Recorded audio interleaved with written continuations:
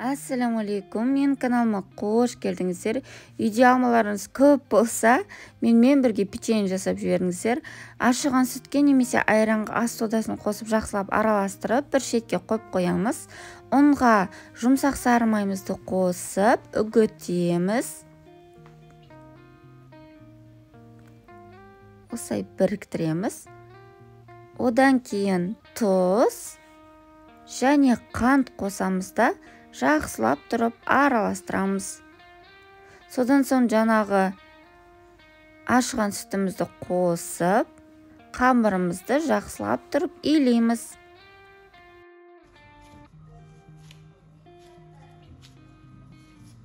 Қамырымызды пищевая пленкамен орап, тоңазытқышқа салмасын дайындағанша қойып қоямыз.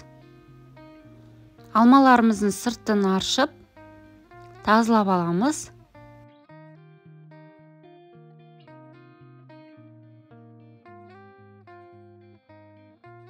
Ұсақ тісшесі бар үккіштен өткіземіз. Құрғақ табаға салып, орташа отта 5 минуттай суы тартылғанша араластырып тұрамыз.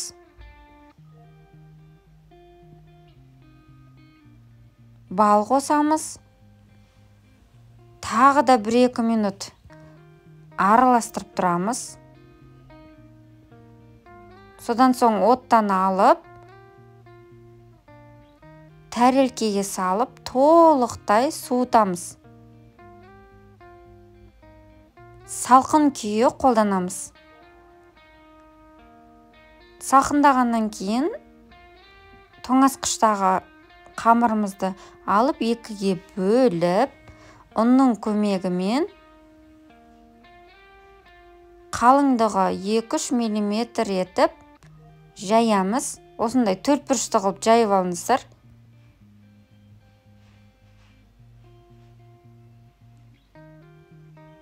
Жабыспас үшін міндетті түрде ұн сеуіп отырыңыздар. Салманың жартысын осы қамырымызға салып, тегістеп жаямыз. Теп-тегіс қылып жайып алыңыздар, бір жерінде көп, бір жерінде аз болып қалмасын. Қалауларыңызша арахис немесе грек жаңғағын ұсақтап салсаңыздар болады. Міне видеодағындай ораймыз. Сосын үстінен басын қыраймыз. Шпательдің көмегімен немесе өткір пышақтың көмегімен осылай 3 бұрышты етіп кесіп аламыз. Езіп алмауымыз керек ең бастысы. Пергамент қағаз төселген формамызға қатарынан қойып, бетіне жұмыртқа жағып, 180 градуста қызып тұрған пеште қызарғанша пісіріп аламыз. Бұл печеньені толықтай суытып жеу керек. Толықтай суығаннан кейін үстіне қант тұтақ себіңіздер.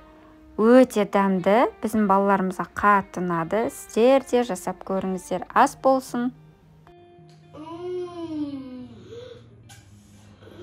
Керемет. Керемет вообще. Sütün içinde dämde var.